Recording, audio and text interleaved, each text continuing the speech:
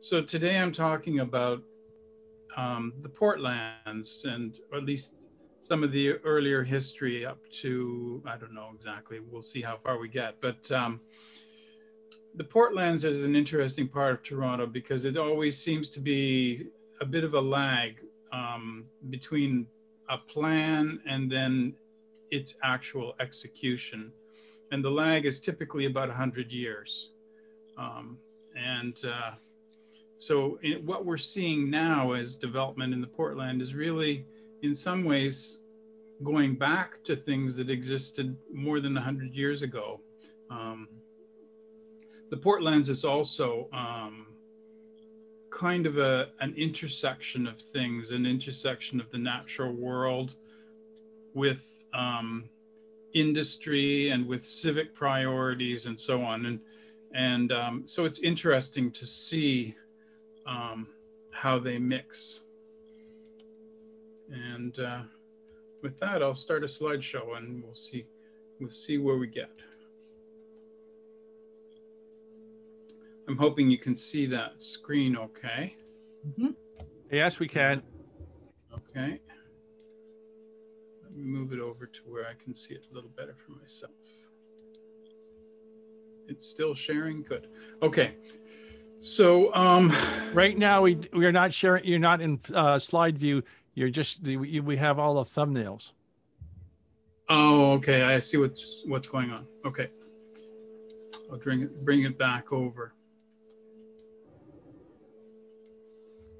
It's not. Yeah, there. That's good there. Yeah. Okay. So anyway, I'll start with some maps which show the early shape of the area. And the earliest, or one of the earliest maps here, shows this area. It's drawn in blank right now, but this is what became called Ashbridges Bay. And what you can also see here is that the landmass that forms the Toronto Islands is actually not at that time an island at all, but was connected to the mainland two ways through a couple of sandbars, in effect, here and here. And it was only really in 1850 that this area became an island with a storm that opened up a gap in the sandbar right there. Here's another similar map, and what it shows here in the Ashbridges Bay area is marshlands. And the flow of the Don River coming down didn't flow so directly into Toronto Harbor as it does now. It kind of filtered through the marshlands into Ashbridges Bay and then had an entranceway into the harbor proper. And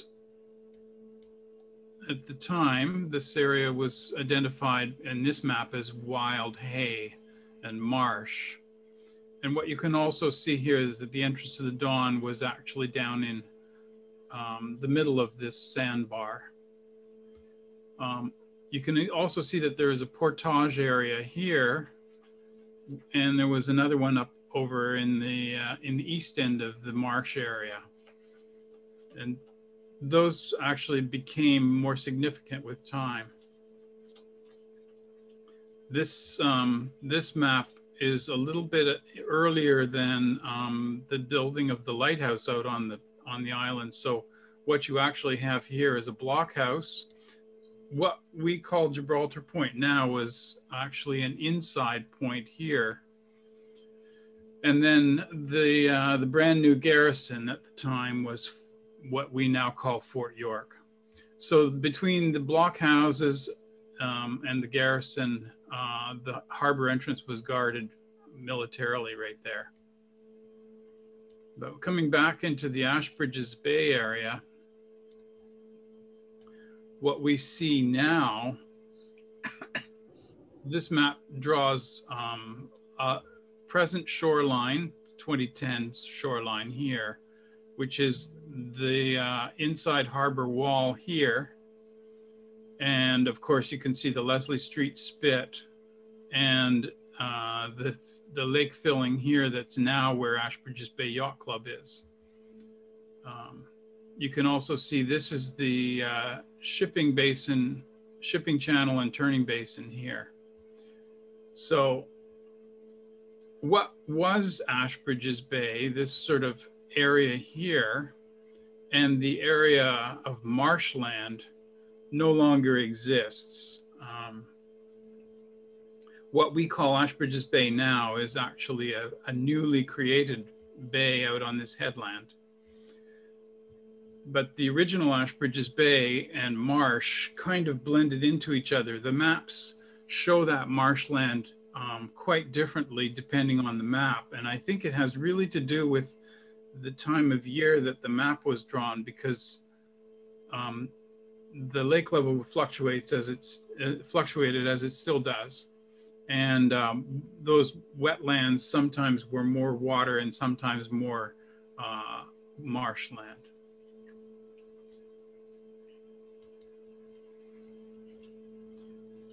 So this map shows that area underwater, for example. And now this map being 1865, it also shows, it says a channel 8 feet deep, 300 feet wide, formed in the last 5 years. That was created by a couple of storms. So now the island actually was an island, and Ashbridges Bay was something quite different. I think that this map was probably drawn during high water because you don't see a sandbar along the south edge here. And this shows some of the inflow into the area. The Don River had a circuitous route and actually had multiple entryways. And then also noticeable here, as it says cattle beers, those come into play later in the story.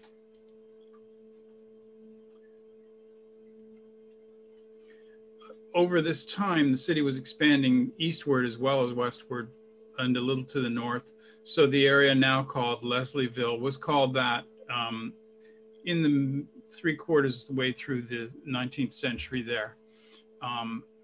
And along the edges of the marsh were boathouses and things like that. One more map shows. So you can see that the marshland area looks quite different from one map to another.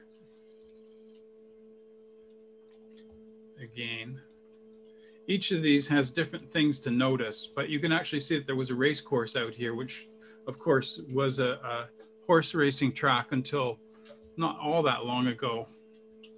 Maybe what, it disappeared 20 years ago, something like that.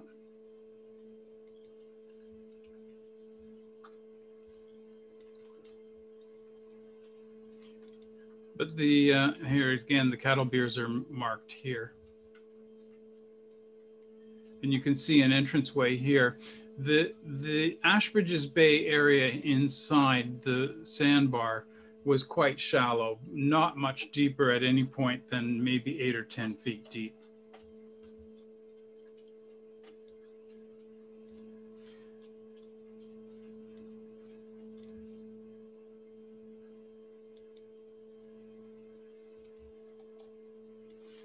This map actually shows something a little looking ahead.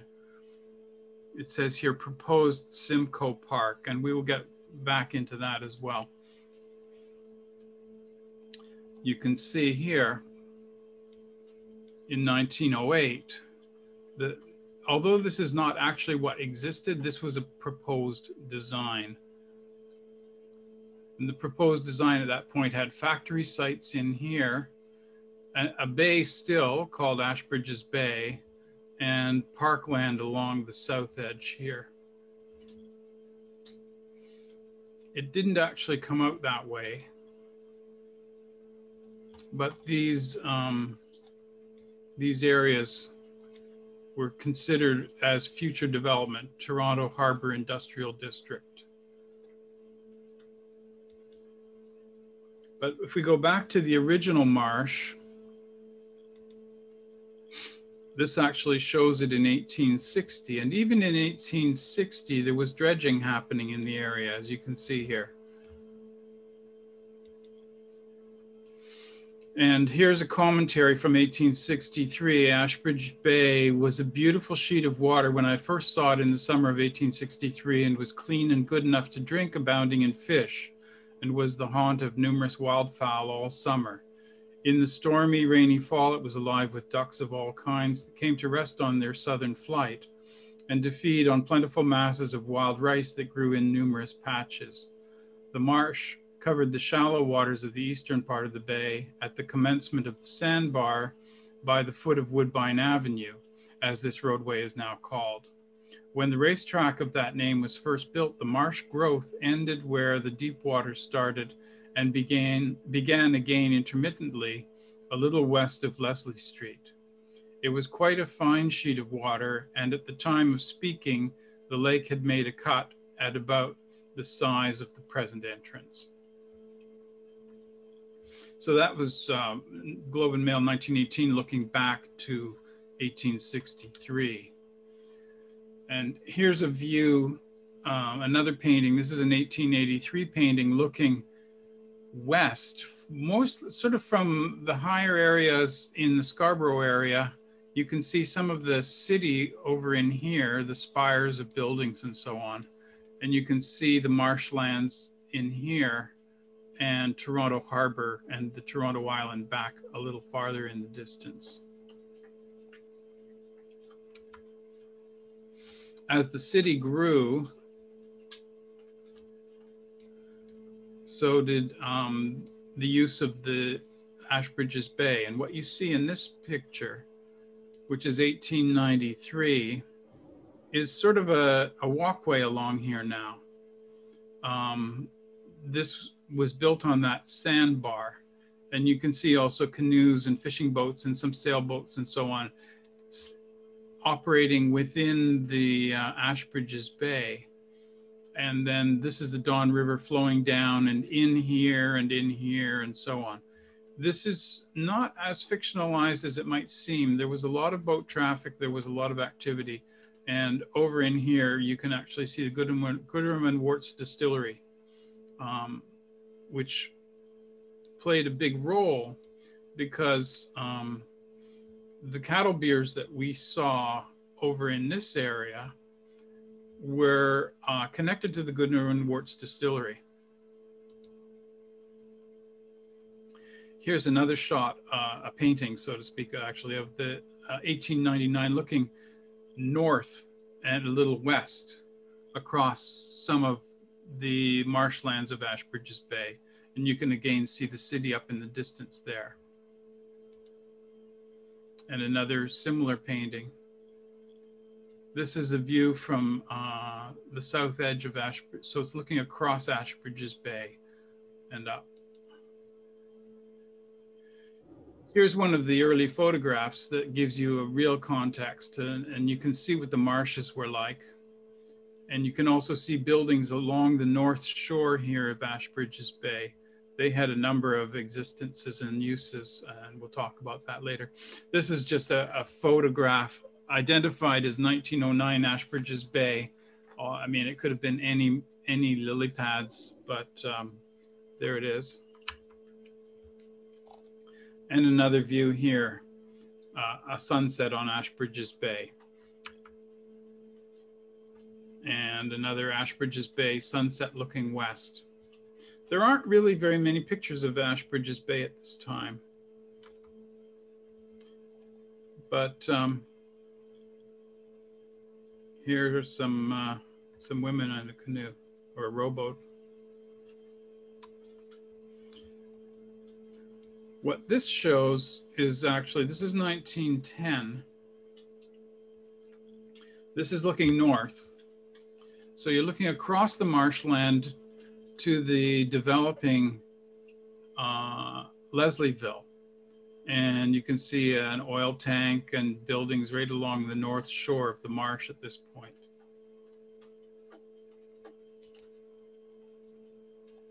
And another view here, this is Ashbridges Bay looking east. again, so there was development then along the north shore of Ashbridges Bay, where you would, I guess, call Eastern Avenue pretty much now. Ashbridges Bay, though, was a fairly good size, as you can see.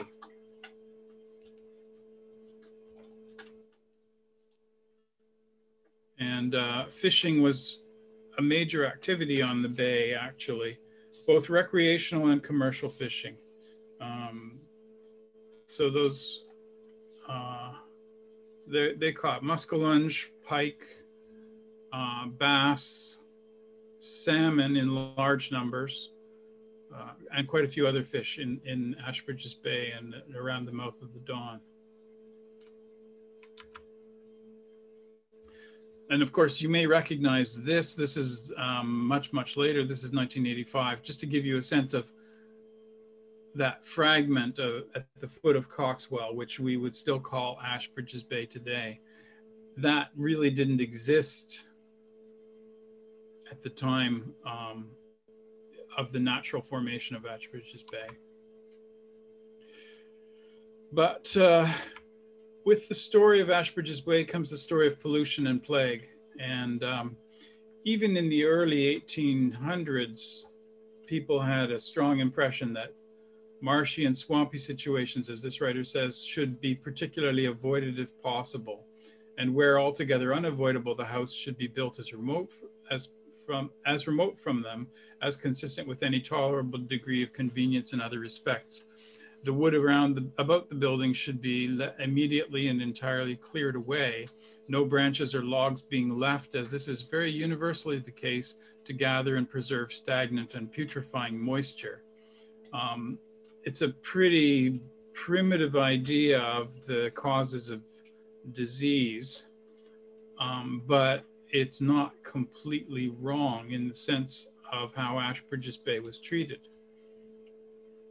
A little later here, in 1854, Sanford Fleming, who was a major engineer in the city at the time, the Sanford Fleming Engineering Building at U of T is obviously named after this man. He wrote, "All the drains and sewers empty into the Toronto Bay, making it, in truth, the grand cesspool for a population of 30,000 inhabitants with their horses and cattle." And because the bay, Toronto Harbor, was becoming so polluted, Fleming proposed diverting the Don River directly into Ashbridges Bay, making it, he said, an effective conduit for the sewage of the city. This was the time where engineers were trying to solve two problems: the problem of sewage disposal and of obtaining clean drinking water without treating the sewage. So the effluent of the city was polluting the harbor where they were drawing water from. So they decided instead that they should put it into Ashbridges Bay. And at the same time, they were developing some waterworks plans for the city. The Ontario government in 1872 passed an act enabling the city of Toronto to build waterworks, and the city took over the existing waterworks, and new waterworks were built on Toronto Island near the Lighthouse. There's still a water treatment plant out there now. A basin 500 feet long and 150 feet wide was dug, and 40 million gallons of water filled it naturally, infiltrating through the sand. This was pumped under the bay by a pumping station between John and Peter and distributed by mains to consumers. This is some of the earliest water infrastructure in the city. But all the time going on, in 1879, the city looked for ways to get rid of its ever-mounting human excrement. Kivas Tully, city engineer, in an 1879 report to the harbor commissioners, proposed diverting the Don to carry sewage directly into Ashbridges Bay. So it was really seen as a sewage dump. And this quotation here describes that Ashbridges Bay steadily became more polluted with sewage and runoff from Gooderham's cow beers. And these were not like a small farm. There were something like 4,000 cattle in these beers. Anyway, the worst ice taken from the Ashbridges Bay was used for refrigeration, while cleaner ice was used for drinks and to make ice cream. dirty ice helped cause the typhoid epidemics that ravaged Toronto. There was growing concern over pollution from Gooderham's barns at the mouth of the Don. And from 1866 onward, Gooderham and Wort's distillery pumped mash. This is left over from whiskey making in a pipe across the Don and fed it to thousands of cattle penned in barns. The neighbors complained of the stench, raw manure, as well as offal poured into the Don from a slaughterhouse. There was that also. From William Davies' pork packing plant, a soap factory, and a tannery. However, the main source of pollution was Gooderham and Wort's, whose liquid manure ran off into Brown's Pond, Ashbridges Bay, forming pools of stinking semi-solid waste that crusted over so that men could and did walk upon. Falling through and drowning in the foulness was a constant risk. The distillery planted rows of trees, Gooderham's Grove, to hide the site from passers-by on Kingston Road. There was a lot of pressure to solve this problem, and it says in 1883, the committee asked the City Council to take measures for the removal of cattle beers on the east side of the Don, which they attempted to do. Took a while. Ireland Park is identified partly for the Irish coming from the potato famine in Ireland, but also from typhoid epidemics that existed in Toronto and killed a lot of people. Anyway, so with all that pollution and so on, the city really felt that development was a better plan. And they started working on development plans, but development plans existed even before that. This is a very hard to look at map, but, and this is from 1811. But if you come in on the map and look at the faint print here, what it says is large marsh and will in time make good meadow. So even as early as 1811, they were contemplating turning the marsh into meadowland. Also along that sandbar, you can see where it says here, road from York to the Lighthouse. So you would take this route along the eastern edge of Toronto Harbor, cross over and go to the Lighthouse. You could walk right to Gibraltar Point. In 1880, the lower Don River was straightened and canalized, and the government breakwater was constructed to prevent effluent and marsh material from invading Toronto Harbor from Ashbridges Bay. So that sandbar that divided the marshland from the harbor was actually built up into the breakwater that we saw in that other image. And this is one of the Portland's plans that was developed. What you can see here is the idea that you would have coal and lumber and gas works and so on, stone yards down one side of here, grain elevators, flour mills, ice houses. The Don River was envisioned as coming down and splitting two ways. One would be this way into the harbor, and the other would be that way into Ashbridges Bay, retaining the bay. And then along the south shore here was an idea that there would be a park and beach along this wing here of the sandbar. And then out over in the east, Coatsworth Cut would drain Ashbridges Bay into the lake.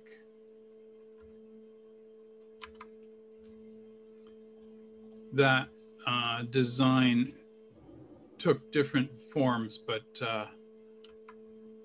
basically that was the intention. So there was an intention to retain a bay there and to have a channel out into the harbor, out into the lake here, as well as having the Humber draining into the harbor this way. And this area, Simcoe Park, was a concept for quite a while.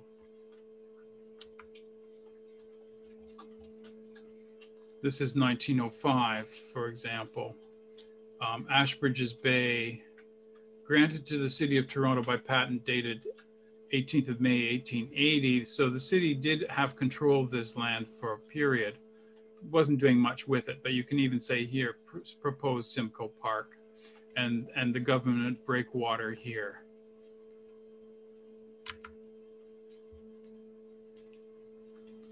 Another vision of the same idea, factory sites and proposed Simcoe Park with an Ashbridges Bay remaining out here in the east. So what was all marshland was envisioned as becoming factory sites. And again, the same in one form or another, but this one actually fills in more of the marsh, creating their concept of a deep water harbor in there, and laying out a whole design of industrial development in there. This is another view just looking sort of east from over the Toronto harbor.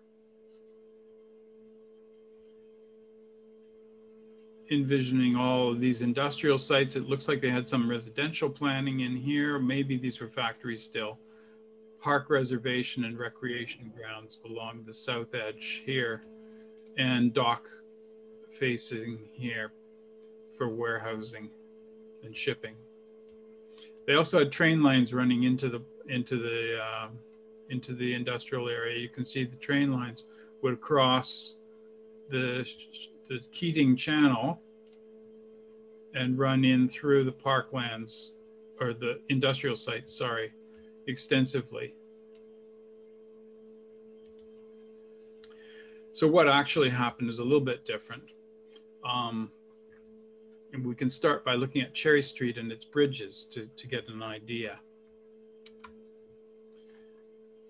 Cherry Street doesn't look quite like this now, but basically it was built on the sandbar. So it ran south. This is looking north actually right here. So when you look north, you can see Ashbridges Marsh over here. It's not very clear in the photograph, but basically it was just sort of a cartway up north and south. And here's looking south on Cherry Street. So the harbor is right along the edge of Cherry Street here. And you can see some buildings actually down along the far end of Cherry Street. That's now what you would say is Cherry Beach. And this is South Cherry Street looking north, and you can see up into the city there. But Cherry Street was really at that time just a brick wall that you could walk along. So here's the Toronto Harbor here. This is Cherry Street, and this is the marshland inside the break wall.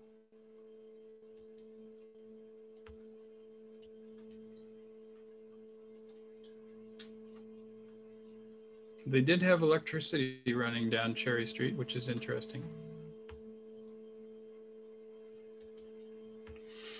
To get onto Cherry Street, they needed a bridge over the Don. And this was probably not the first, but the first recorded of these bridges. This was a swing bridge built in 1900. You can see how it would operate. And also notable in this is that to get over the swing bridge to head south on Cherry Street, you had to cross a whole mesh of railway lines that had formed. This would be sort of about where Lakeshore Boulevard is right now, running along the Keating Cut. And looking north on Cherry Street as it went up into the city, again, looking across all those railway tracks, you can see it was actually really industrial. And there's the that bridge again. This is the swing bridge, built in 1900. This is showing it in 1910. So you could still have some shipping along the channel here because the bridge could swing. But that's really the first of 5 bridges. The second was this, which looks quite familiar if you are familiar with Cherry Street. This is a bridge that was put in 1912. So it replaced that wooden swing bridge. This is looking west into the harbor. And what you can see is a big concrete counterweight here that counterbalances the mass of the bridge. These were called Bascule Bridges, and this is a photograph actually taken from on top of the bridge while it was lifted. So you can see up here, the photographer would have been up in here. And he was photographing out over Toronto Harbor from the top of the lift bridge hoisted up. And you can see Toronto Island here. This particular photographer worked for the Toronto Port Authority for a long, long time. And he was kind of noted for lots of interesting photographs. So this is also the same bridge looking into the channel here. So you can see now there was quite a bit of industry had developed in there and shipping coming in and out. So that lift bridge was an active lift bridge.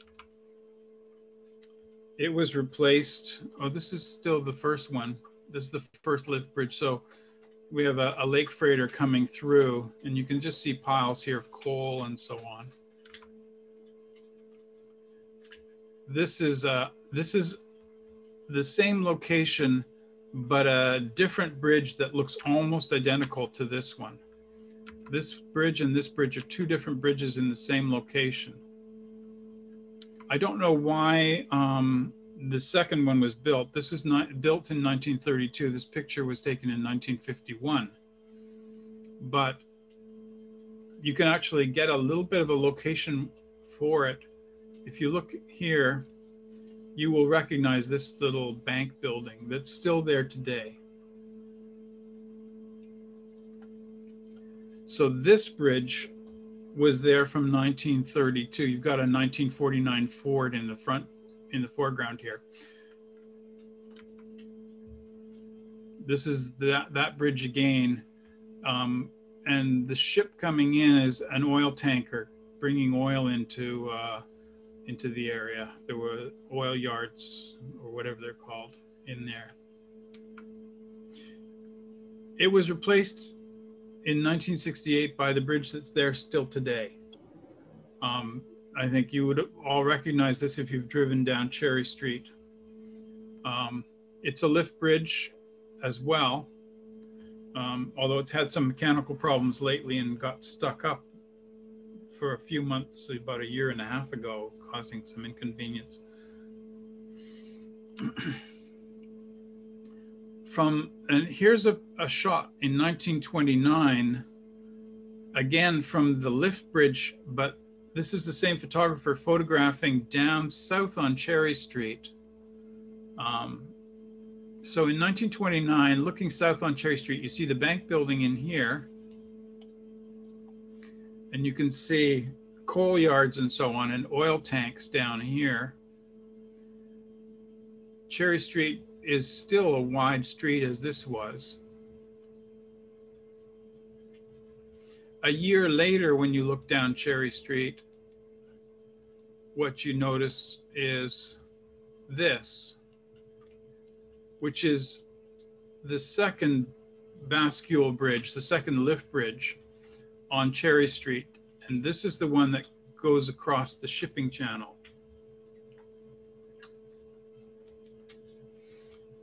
It opened in 1931, it was built in 1930. So this is the lift bridge looking north And that bridge, I'm sure you're all familiar with, is still there today. This is looking south with a 1934 Dodge in the foreground. This shot is 1939.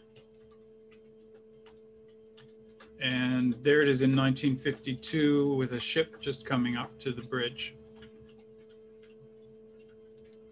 Now, the thing that's interesting about this bridge, it's actually notable for its engineering. This is a more or less contemporary image. They're doing some work in there. They had to do a certain amount of refurbishing. The bridge was out of service for a while, inconveniencing people going to the RCYC ferry docks and so on. This is called a Strauss design. It was designed by Joseph Strauss. I don't know if anyone is familiar with the name Joseph Strauss, but he was famous for these Bascule bridges, like the ones that were earlier up further north on Cherry Street as well.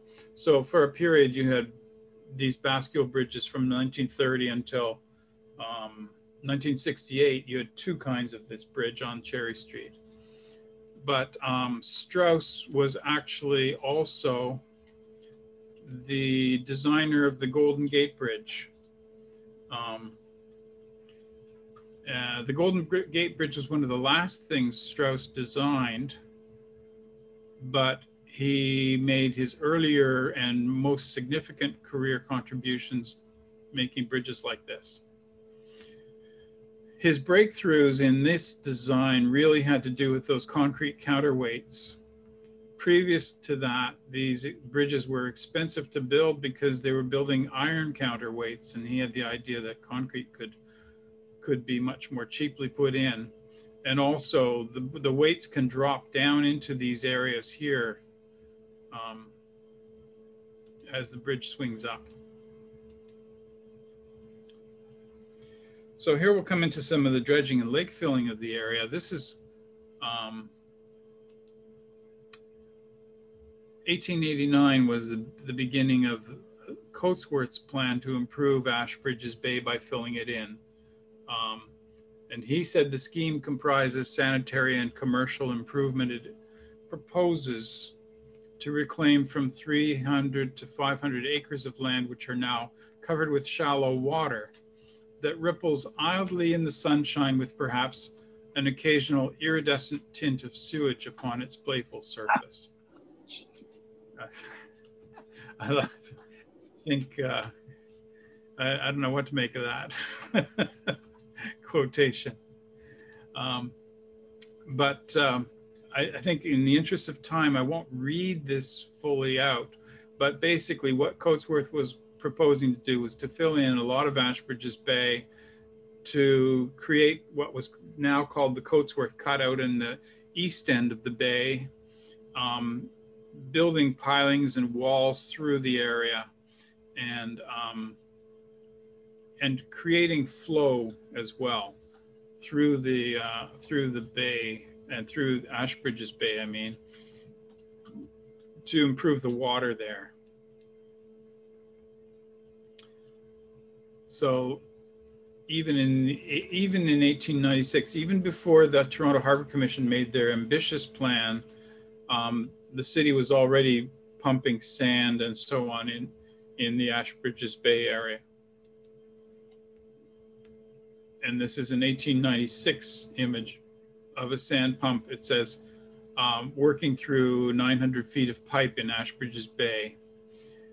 These were the hydraulic pumps, pumping sand, moving and filling. And of course, the older design here of the shovel and bucket dredging. The new land was basically sand. And you can see here, these women are standing on what's really just raw land. It hasn't even had the chance yet to grow anything.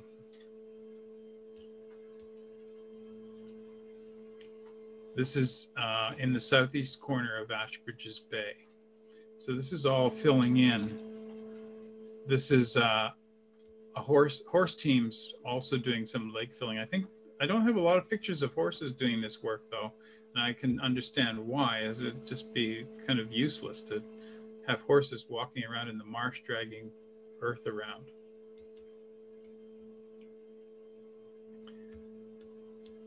This is the bay at this point looking east in 1912. So you're seeing sand filling in here. The bay is starting to change. And here you can also see, this is the sandbar along the south edge of Ashbridges Bay. So south of that is the lake. And then in here, they're building walls and filling inside that area.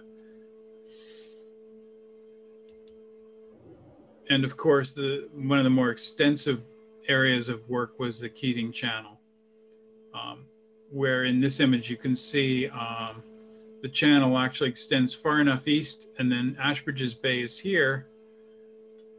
The channel and Ashbridges Bay would actually be a way to go right all the way out to the lake through that area.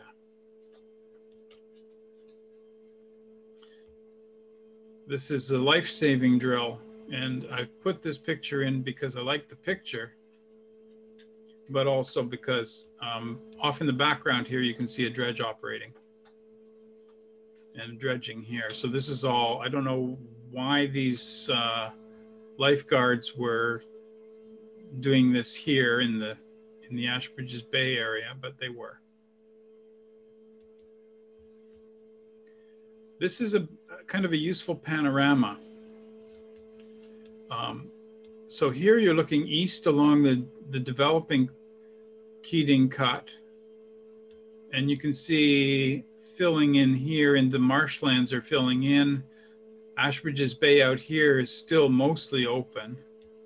And then as you swing looking sort of more to the south, you can see a dredge operating down here. And you can see Cherry Street running down here, and a row of houses along the south edge of Ashbridges Bay Sandbar right there. And then this in the right hand here is Toronto Harbor. So that bit of a panorama shows things in 1914. And this is also 1914, filling in that marshland area with dredging. And they had rail lines running across too to carry things. I think we've talked about that bridge already. They ran train lines here through the Portlands, moving dredge aid around and so on as well.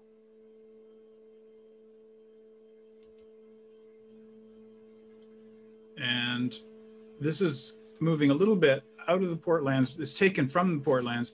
This is the Eastern Gap. So the Eastern Gap looking northwest. Here's the ship Corona running south down the Eastern Gap. In the background is our Cyclone dredge. It's pumping dredge aid up this way and building Ward's Island in effect.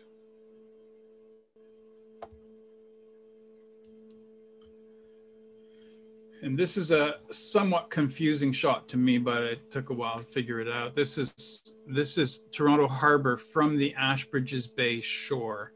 So you can look across Toronto Harbor here up to the city. I think that this little building right here is actually National Yacht Club in its location until 1985. And that would be the Western Gap right in there. And then this was landfilling on the eastern side, on the western side of the Ashbridges Bay headland or breakwater. This is much later filling in the Portlands. This is 1963. The foot of Leslie Street is starting to form. This is the eastern end of the shipping channel here. And I think we might, if you've driven in the Portlands, cross that little bridge right there. People would fish on that. It's sort of a one-way bridge. Traffic can only go one direction. This is later filling, 1974. This is starting to form the land that Ashbridges Bay Yacht Club is currently sitting on. And this little collection of boats here would have been the earlier Ashbridges Bay, and Toronto Hydroplane, I believe, and Sailing Club is in there. You can see the race course over here. Everything to this side here in the left, to the left of the picture, is now all filled in, so that there is no original Ashbridges Bay extant. This is an aerial view of the current Ashbridges Bay. The Don Channel, also known as the Keating Cut, was certainly a massive industry. You can see the oil tanks, the shipping, and so on. This is building the Keating Cut again and again. This shot, I think, is one of the most informative in some ways of the work that was going on there in 1914. Another similar shot. Now we jump to Fisherman's Island. I'd raise your hand if you've heard of Fisherman's Island. A couple of people? I can't see. Just a second, let's see. Wave if you've heard of Fisherman's Island. A few people, not many. Fisherman's Island was the name of that southern sandbar. Really? This is looking along that sandbar to the west. So what you see, Ron, you seem to have gone away from your microphone. Oh, can you hear me at all? Faintly. Okay, let me see if I can bring it a little closer here. Is that better? Better. Not much. No? Okay, let me try disconnecting one and going to a different microphone. Just see if that wakes it up.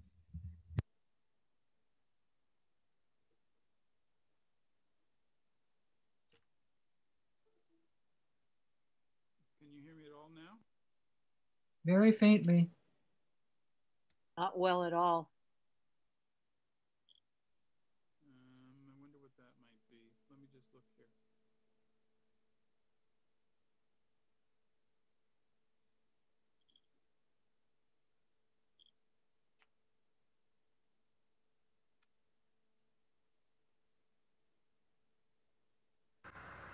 Is that any better? Yep. Sorry, yes? Yes, that's good. Okay, so we'll go with that. So this is the, this is looking along what was called Fisherman's Island, looking to the west. This is that southernmost sandbar. So what you see over here is some of Toronto Island, and you can see a ship actually going south out the Eastern Gap.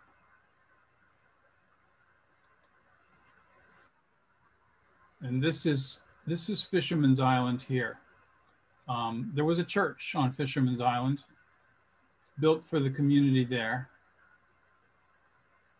It was actually an Anglican church, but most of the people on Fisherman's Island were not Anglicans, so it changed its denomination. Here's a view looking south. This is 1913. So now the marsh is filling in. Fisherman's Island is ceasing to be an island. So this row of houses that sits, this is essentially Cherry Street or Cherry Beach right here. That's where these houses sat. This is new land, as it says, Fisherman's Island. This is lake filling in behind. So you're looking in behind Fisherman's Island, seeing lake filling, filling in the marsh. And essentially making Fisherman's Island not an island anymore. That's the church that was there at Fisherman's Island. And most of the maps of the area don't say anything about it, but this map does say here, and you can see Fisherman's Island written right in there.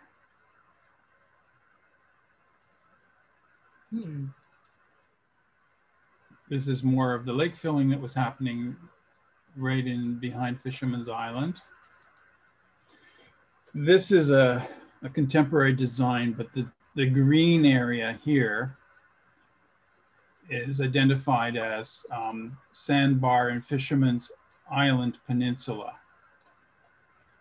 So you can see here, Fisherman's Island runs basically along where Unknown Avenue is now. There was lake filling to the south of Fisherman's Island, what forms Cherry Beach here.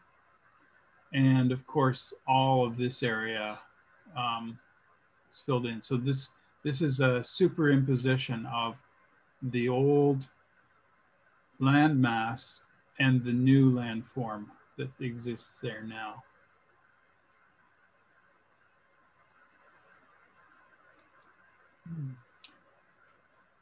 Now I have to look at the time here.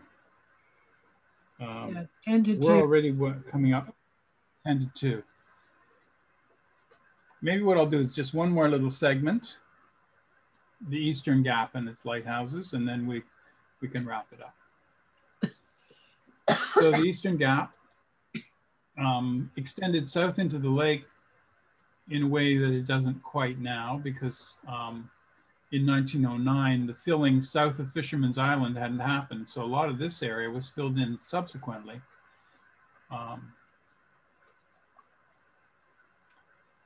But that's open lake out there. And there's a lighthouse, as you can see, out on the end. And this also was an inshore lighthouse at the city end of the Eastern Gap. Looking up Eastern Gap here into the harbor, you can see there's a little bit of a lighthouse right there. Do these lighthouses look familiar to anybody? No. They're not there now. This was the outer lighthouse. Yes, that looks familiar to me. I would think one of them is outside of EYC, the Etobicoke Yacht Club, and maybe one near Mimico Cruising Club. That's right. That's exactly right.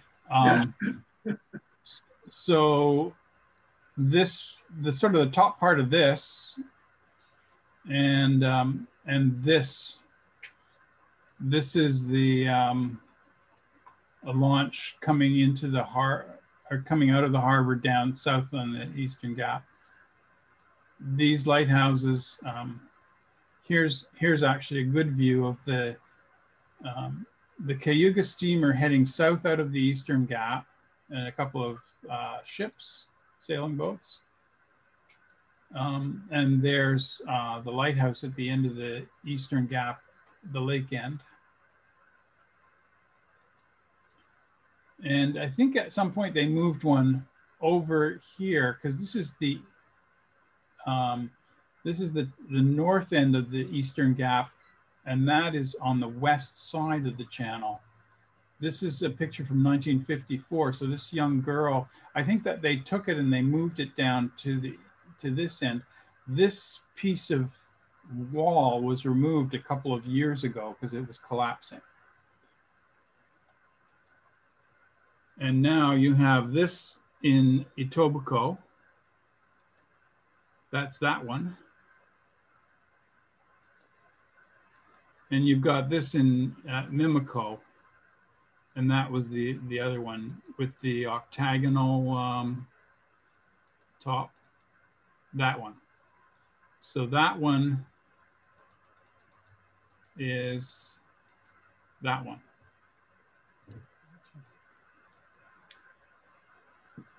Oh, so we'll leave it here. This is I think if maybe people can ask questions, because otherwise I'm getting into another topic, which is the industry that happened in the Portlands.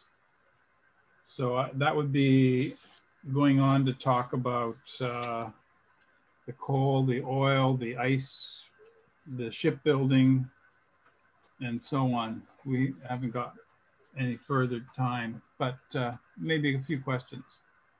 Yeah, so you just have people raise their virtual hand using the method that's shown on the screen, and we'll take your questions and go through them. Thank you very much. So go ahead. If you want to ask a question or make a comment, please virtually raise your Zoom hand.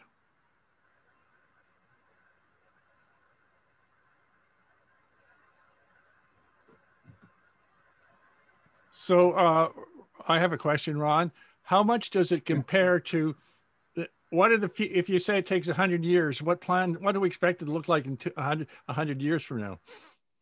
Well, that's jumping ahead into what I guess I'll be talking about next, but just a second.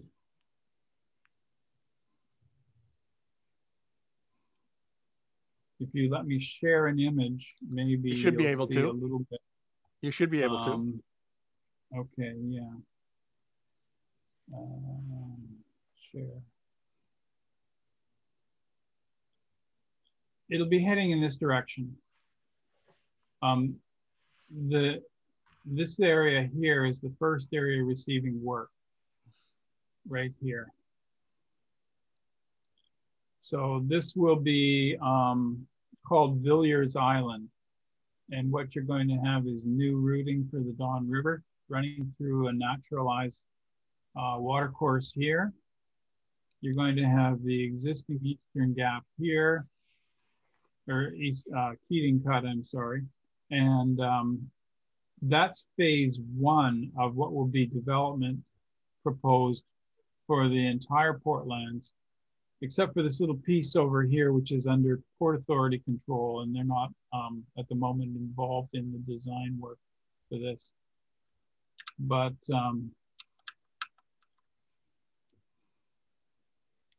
if you look here, this is a few years back, maybe 5 years back.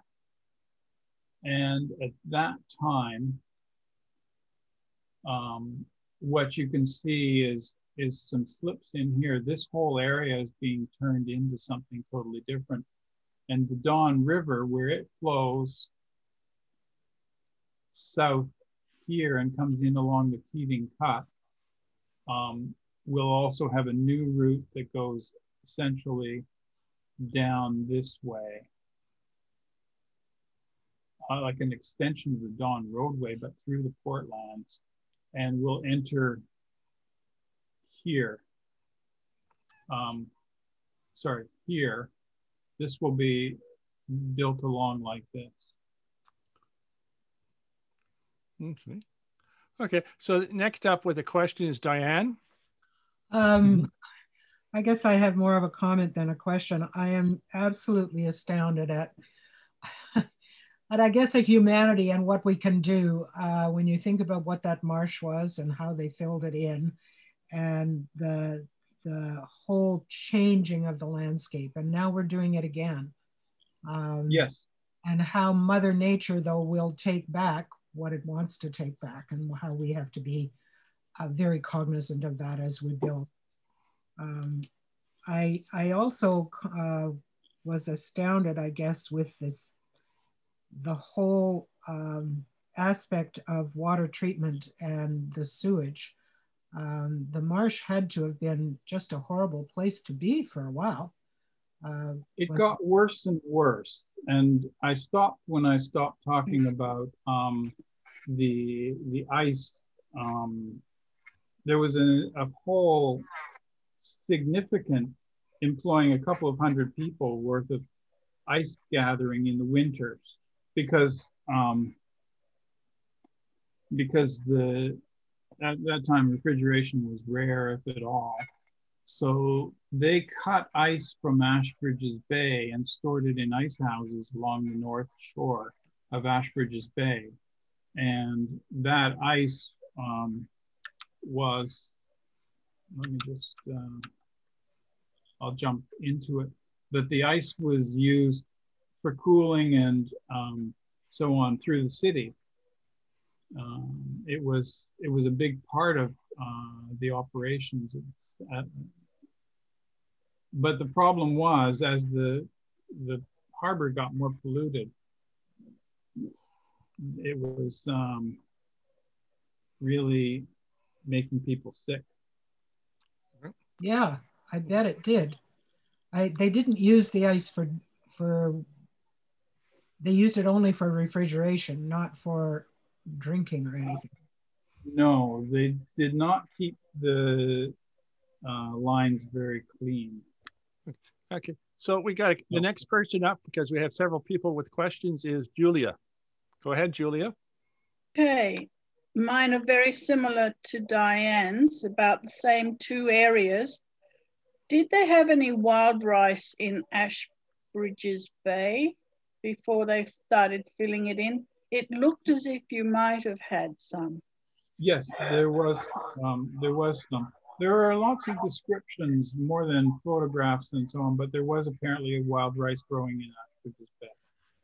The second one is to do with, in 1990, when I was studying Toronto, they still had the sewage going out beyond where they were taking the drinking water to come into the city. Now, I would like you to talk about, maybe sometime later, what's happening right now, because I haven't been out there and I haven't been to the sewage plant. I did go to some sewage plant down near Point Pelee some time ago, and they seem to have got more or less under control. But anyway, that's probably a longer topic. Well, it's a longer topic, you're right, but the Toronto Island sewage treatment plant draws its water from deep water quite far out in the lake, about 6 miles out, and quite deep. But the city's sewage infrastructure is poor still.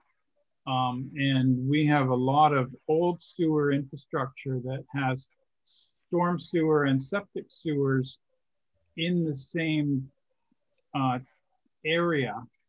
And when you get a big enough storm, the storm sewer overflows into the septic sewer and then flushes sewage from the septic sewer out into the harbor. Yeah. Okay. So, yeah. So if we can move and along. I was very interested in the Don River rehabilitation. I met a couple of people who were involved with that. Yeah. Okay. Yeah. Okay, if we could just, we have a couple other people with questions, so we can move along. Next is Mike. Yeah. Well, the sewage question you partially answered. But my main question was that a good thing, losing Skylab, or a bad thing, in your opinion? Losing which? Skylab. You know, the Alphabet plan. Wasn't it called Skylab? Oh, Sidewalk Labs. Sidewalk Labs, sorry. Yeah. I think it would have been an interesting demonstration of ideas. I was not really opposed to it. If you read the proposals, though, I think the thing got derailed by a lot of privacy concerns and so on. And it's a bit of a shame, because when you think about it, all the privacy implementations that they were planning to put into the quayside development would actually have made it a little bit more of an enforced privacy regime than you have anywhere else in the city. Anywhere else in the city you walk, you can be on camera and not know it, and not know what's being done with the data. But I think that, I mean, Waterfront Toronto intends still to do something in that line without Sidewalk Labs participation. Oh, okay, that's interesting to know. Okay, and the next person, is George Hume. You're going to have to unmute yourself. I was just going to point out that 100-year plans have to change. Remember that, 60 years ago, it was decided that Toronto needed an extensive new harbor because of all the ships that were going to come through the new seaway.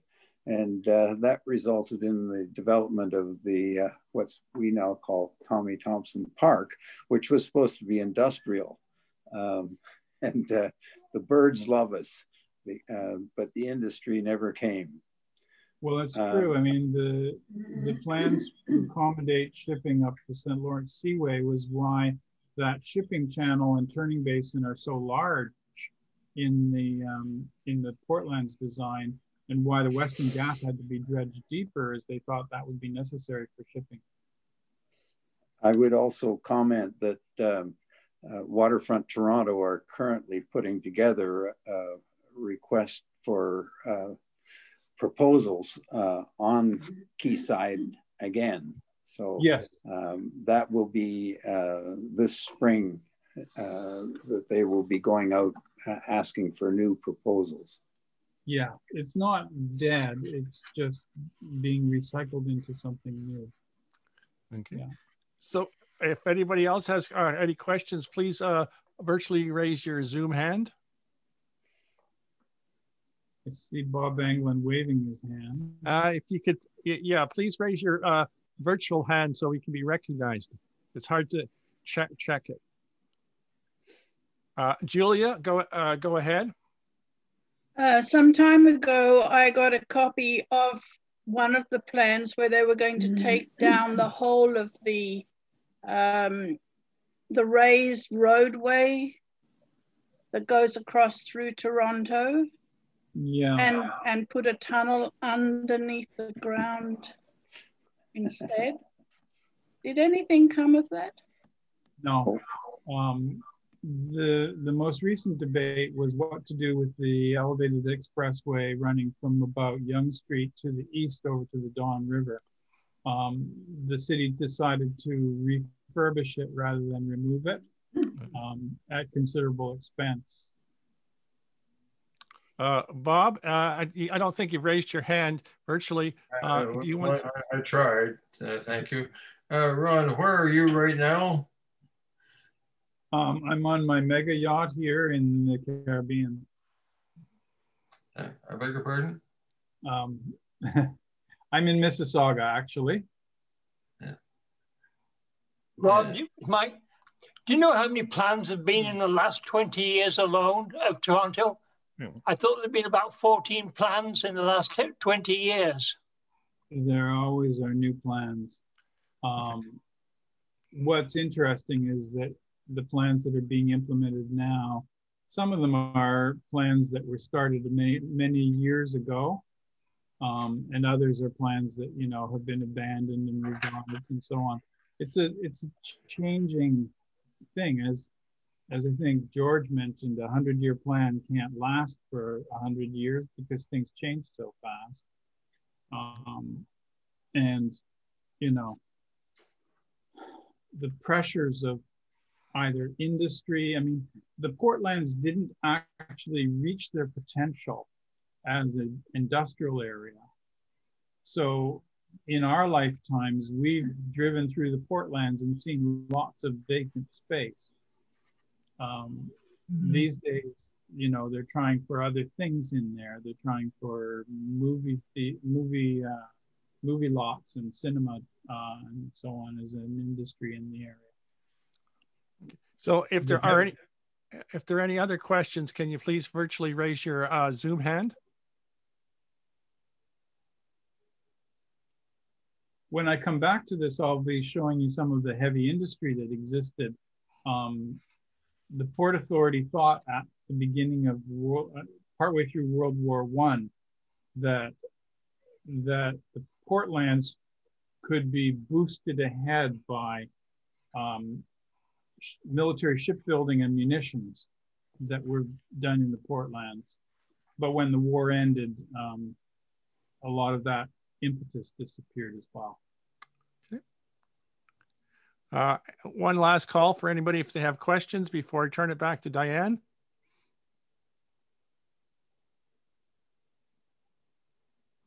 Nobody's raised their hand. Thank you very much, everybody.